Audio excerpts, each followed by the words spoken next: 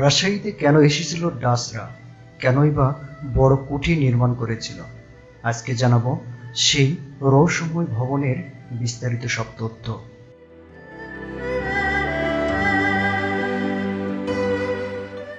রাজশাহী বাংলাদেশের উত্তরাঞ্চলের একটি ঐতিহাসিক ও সাংস্কৃতিক শহর।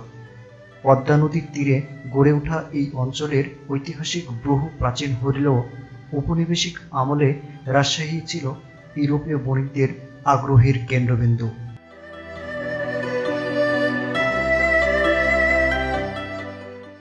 বিশেষ করে 1700 শতকে ডাচ ইস্ট ইন্ডিয়া কোম্পানি আগমন রাজশাহীর অর্থনৈতিক ও স্থাপত্যিক দৃশ্যপটকে গভীরভাবে প্রভাবিত করেছিল। ডাচরা শুধু বাণিজ্যিক উদ্দেশ্য নয়, প্রশাসনিক এবং বসবাসের সুবিধার জন্য রাজশাহীতে স্থায়ীভাবে অবকাঠামো গড়ে তোলে, যার অন্যতম নিদর্শন হল এই বড় কুঠি। ডাচ ইস্ট ইন্ডিয়া কোম্পানি 17 শতকের শুরুতে বঙ্গদেশে তাদের বাণিজ্যিক কার্যক্রম শুরু করে। তাদের প্রধান উদ্দেশ্য ছিল রেশম, নীল ও অন্যান্য মূল্যবান পণ্যের ব্যবসা। রাজশাহী অঞ্চল ছিল নীল ও রেশম উৎপাদনের জন্য বিখ্যাত। এই অঞ্চল থেকে ইউরোপের পণ্য রপ্তানি করা হতো। ডাচরা বুঝতে পেরেছিল রাজশাহী অঞ্চল অর্থনৈতিকভাবে অত্যন্ত সম্ভাবনাময়। এই বড় কুঠি মূলত ছিল ফ্যাক্টরি বা গুদামঘর। এই ভবনটির একধারে গুদাম, প্রশাসনিক অফিস ও বসবাসের জায়গা হিসাবে ব্যবহার হতো। বড় কুঠির স্থাপত্য ইউরোপীয় উপাদানের সঙ্গে স্থানীয় নির্মাণ শৈলীর সংমিশ্রণ দেখা যায়। ডাচরা কৃষকদের সঙ্গে চুক্তিভিত্তিক নীল ও রেশম উৎপাদন করত এবং তা বিদেশে রপ্তানি করত। এর ফলে রাজশাহীতে এক ধরনের নগরায়ণ শুরু হয়, নতুন কর্মসংস্থানের সৃষ্টি হয় এবং যোগাযোগ ব্যবস্থার উন্নতি ঘটে। রাজশাহী অঞ্চলের যে নগরায়ণ শুরু হয়েছিল, এই ভবনটাকে কেন্দ্র করেই এই নগরায়ণটা শুরু হয়েছিল। 1725 থেকে 1730 খ্রিস্টাব্দের মধ্যে এই বড় কুঠিরটি স্থাপন করে। তখন ডাচরা এই অঞ্চলে এই ভবনটি স্থাপন করে নীল এবং রেশম চাষের গোদাম হিসাবে ব্যবহার করার জন্য। মোটা দেওয়াল, খিলানযুক্ত দরজা, উচ্চ ছাদ ও বায়ু চলাচলের জন্য বড় জানালা, সব মিলিয়ে এটি একটি ঐতিহাসিক ও স্থাপত্যিক নিদর্শনে পরিণত হয়েছে।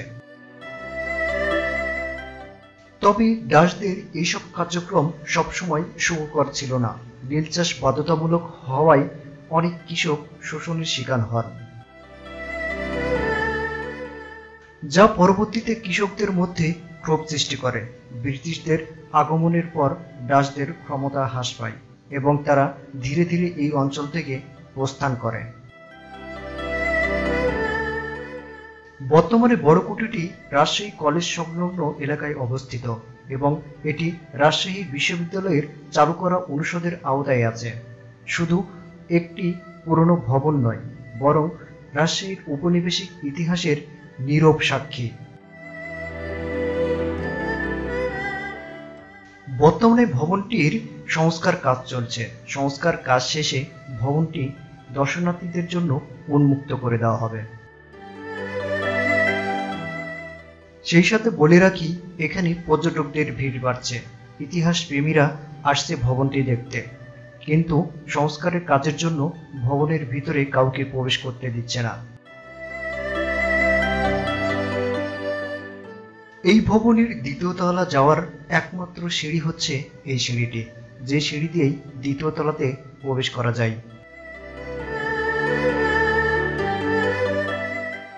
এই ভবনের পূর্ব সাইড এবং পশ্চিম সাইডে অনেকখানি জায়গা ফাঁকা রয়েছে। সেখানে ঝোপঝাড় পরিষ্কার করে গাছ লাগানোর পরিকল্পনা করছে।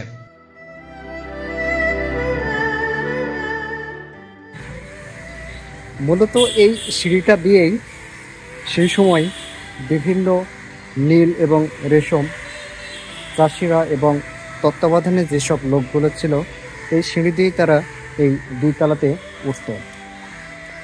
শুনেছি ভিতরে জেলখানার মতন একটি জায়গা রয়েছে, সেখানে যারা সেই সময় শাসকদের কথা মানত না, যেসব চাষিরা, তাদেরকে সেখানে বন্দি করে রাখত এবং অনেকভাবে নির্যাতন করত। বিভিন্ন তথ্য অনুসারে জানা যায়, রাজশাহীতে পুরাতন দালান হিসেবে সর্বপ্রথম এই দালানটি স্থাপিত হয়।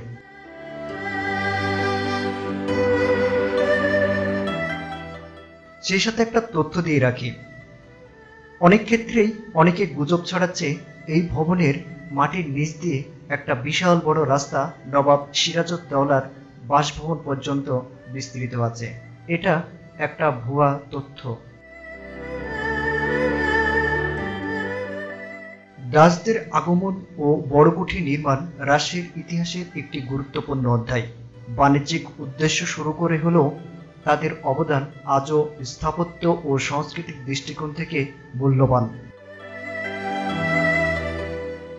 বড়কুঠি শুধু একটি ভবন নয়, এটি রাজশাহীর ঐতিহাসিক পরিচয়ের অংশ এবং ভবিষ্যৎ প্রজন্মের জন্য একটি শিক্ষণীয় নিদর্শন।